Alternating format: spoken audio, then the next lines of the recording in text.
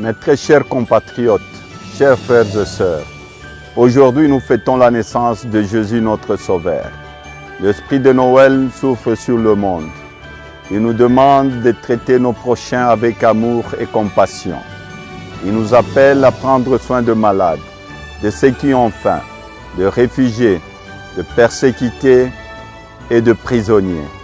Il nous demande de pardonner. C'est le cœur serré que je reviens d'une tournée à l'intérieur du pays. Je vis la détresse dans laquelle vivent nos compatriotes chaque jour. Ils sont condamnés à puiser au bout de leurs forces les ressources nécessaires pour ramener à la maison de quoi préparer un seul repas quand cela est possible. Chaque jour, ils doivent se battre pour se soigner, se loger et mettre les enfants à l'école. Sans eau ni électricité, la vie est un enfer.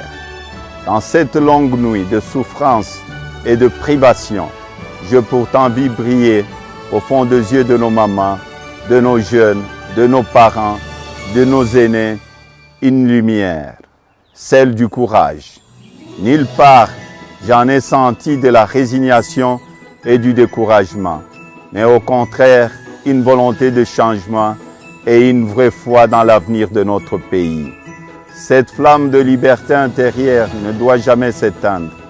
Le souvenir qu'une maman a accouché seule dans une étable sur la paille d'un enfant qui a sauvé le monde doit nous donner à tous la foi et l'espérance. La pauvreté n'est pas une fatalité. Nous ne sommes pas condamnés à la souffrance pour l'éternité. En cette fin d'année, mon tout premier vœu est le retour de la paix à l'Est. La fin de la guerre tant annoncée doit devenir une réalité. Nos vaillants soldats et officiers de nos forces armées s'y emploient.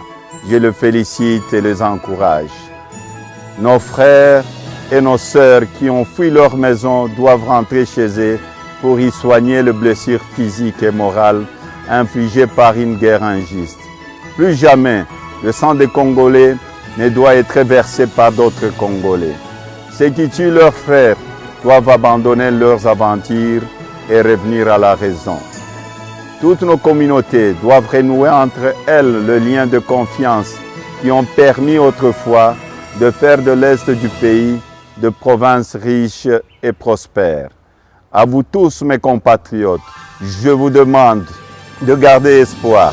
Si nous restons unis et solidaires, viendra un jour où nous pourrons dire avec fierté que nous sommes Congolais. Non seulement riches de nos eaux, de nos forêts, de nos minéraux, mais surtout riches de la diversité de nos cultures, de nos langues et de nos traditions. Tout cela relève de notre volonté et de notre action. Pour tous, je fais le vœu que l'année 2022 soit celle de l'amour du prochain. Ce rêve est possible. Ce chemin qui mène à la prospérité, nous devons le tracer ensemble dans un esprit d'unité et de solidarité, en luttant contre toute forme d'injustice et en veillant à prendre en charge le plus vulnérable d'entre nous. Et notre Congo est possible, construisons-le ensemble.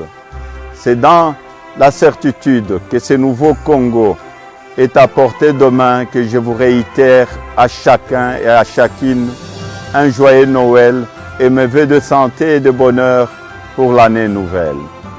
Que Dieu Tout-Puissant bénisse notre pays, que vive la République démocratique du Congo.